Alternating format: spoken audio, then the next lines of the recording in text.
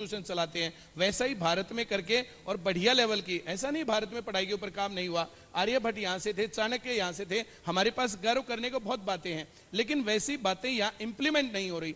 नालंदा और तक्षशिला जैसे विश्वविद्यालय यहाँ पर थे, तो जिस प्रकार से विकास भारत में एजुकेशन का होना चाहिए था वो नहीं हुआ।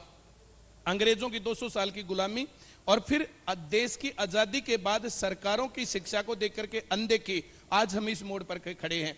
75 साल आजादी के बीतने के बाद कोई आदमी जाकर के बताए कि कितने परसेंट स्कूल बढ़िया हैं, कितने परसेंट स्कूलों में लेवल सुधारा जा रहा है स्टूडेंट्स का। अब वहां पर जो है जाकर के एक बार एमपी में किसी काम गया हुआ था और एमपी में वहां पर लिखा हुआ था कि कुपोषण मिटाएंगे और सरकारी स्कूलों में जाएंगे, मतलब मिड डे मील के द्वारा कुपोषण मिटाना स्कूल का जो है काम हो गया। अब इस बात को क्या कहें हम। तो ये शिक्षा और साक्षरता में और जो पढ़ने में, इसमें बहुत डिफरेंस है। अब कैलिबर कहाँ है, लोग रोजगार चाहते हैं, बहुत लोग रोजगार चाहते हैं। मैं आईसीएस कोचिंग सेंटर नौकरी की गारंटी की बात करता हूँ, सरकारी नौकरी की गारंटी की। अब बात क्या है, बच्चों को मैथ नहीं आता, जीके नहीं आता, रीजनिंग नहीं आता, इंग्लिश नहीं आता, जो पढ़ाई की कहानी होती है, और फिर हमारे पास जो बच्चा आकर के पढ़ गया वही बच्चा लग भी जाता है। मैं नौकरी की गारंटी दे रहा हूं भाई, 3 से 4 घंटे की क्लास ली, 3 से 4 घंटे होमवर्क किया, थोड़े से टेस्ट दिए, प्रैक्टिस करी, जॉब लग गया।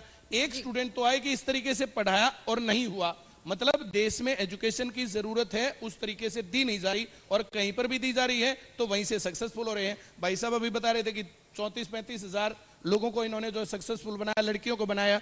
हमारे पास कई लाख बच्चे हैं जो कि गवर्नमेंट जॉब्स में अलग अलग डिपार्टमेंट्स में सेटल हैं। आप कहीं पर भी जाएंगे, किसी भी इंस्टीट्यूशन में जाएंगे, आईसीएस के स्टूडेंट मिलेंगे, और आगे भी उसी तरीके से हम इस क्वालिटी को मेंटेन करेंगे। लेकिन ये सिर्फ हमारी जिम्मेदारी नहीं है, ये जिम्मेदारी सरकार की होनी चाहिए।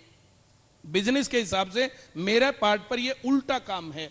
बिजनेस तो आपका ये कहना है कि बच्चे स्कूल जाते हैं, कॉलेज जाते हैं, लेकिन वहां से उनको वो नहीं मिलता जो मिलना चाहिए। इसके लिए उन्हें बाहर प्राइवेट ट्यूशन कोचिंग्स का सहारा लेना पड़ता है। बिल्कुल, जाकर के देख लीजिए ना, कोचिंग सेंटर्स में जितनी भीड़ है उतनी कॉलेजेस में, स्कूल्स में कहाँ है।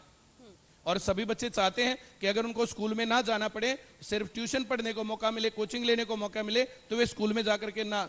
डम्मी स्कूल क्यों चल रहे हैं, और सिर्फ डम्मी स्कूल में नाम और एनरोलमेंट करवाने के नाम पर 50,000, 60,000, 1 लाख रुपए तक रुपए खर्च कर रहे हैं पेरेंट्स। अगर जो सरकार की तरफ से अटेंडेंस और ये सब चीजें कंपलसरी ना हो तो मुझे लगता है कि स्कूलों के अंदर अटेंडेंस और कम हो जाएगी।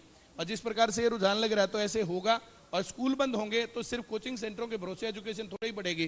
स्कूल में तो बहुत सारी एक्टिविटी होती है, एक्स्ट्रा करिकुलर एक्टिविटी होती है। अब बच्चे आपस